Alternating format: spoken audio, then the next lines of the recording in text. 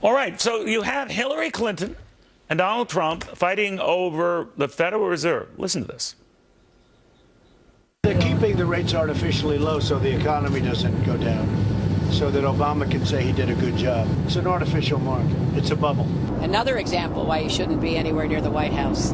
You should not be commenting on Fed actions when you are either running for president or you are president. Words have consequences. Words move markets.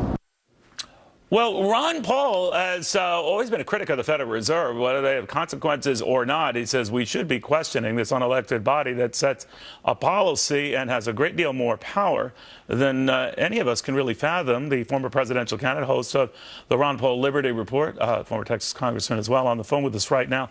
Congressman, good to have you. Who's right on this? Donald Trump is talking about the Fed and taking on and its power and influence. Hillary Clinton is saying, big mistake, don't do it. Who's right? Well, Trump is much closer to saying the right things on this issue, I'll tell you. But I find Hillary astounding, even though we find that each day. But for her to say, well, you shouldn't comment on the Fed, like it's off limits, don't talk about it. I think the members of the secret society of the Federal Reserve will love Hillary because you're not allowed to say anything. And yet, as you know, I've considered the Federal Reserve and monetizing of debt as being very important because I think the next step that we have not only is the desire to know what the Fed is doing, and Trump does support an audit of the Fed, I think the connection has to be known that the deficits can be dealt with by the Federal Reserve. They just should be prohibited from monetizing debt. But, you know, while I was in Congress, the chairman of the Federal Reserve always blamed the Congress for spending too much money, but it was really the Congress always politically spending money, but the Fed accommodating, by doing what? Keeping interest rates low.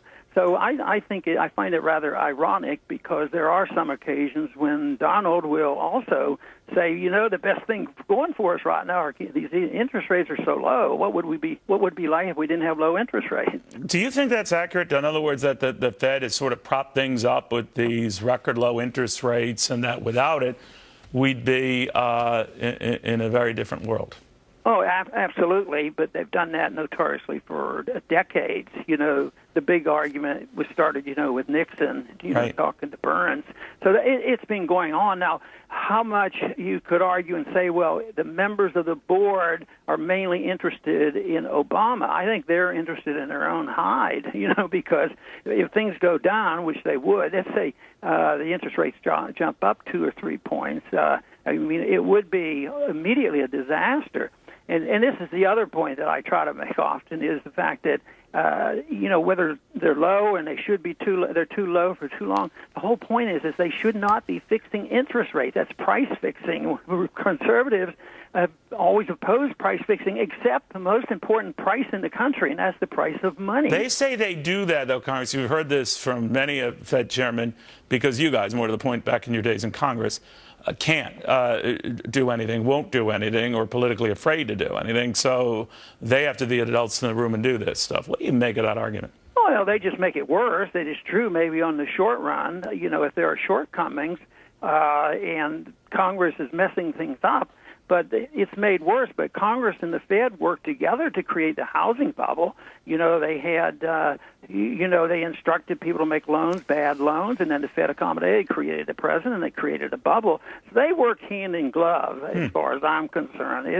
They pretend to fight and blame each other, and that's the way I think sometimes the leadership of both parties are. They fight and fume, but very often they accommodate when they have to get a bill passed the last minute of the session, and they get together and they take care of each other, and the military budgets gets passed and the welfare budgets get passed. So I think a lot of this. But I think what we're seeing here with Hillary and Trump, I would consider this more real than two people accommodating each other. But like I said, I think it's astounding that Hillary says we should even talk about the Fed. I think that's a little bit old-fashioned. Yeah. I think we're past that point. I think we will be talking about the Fed, and I think we're moving into an age when you're going to see the unwinding of central banking.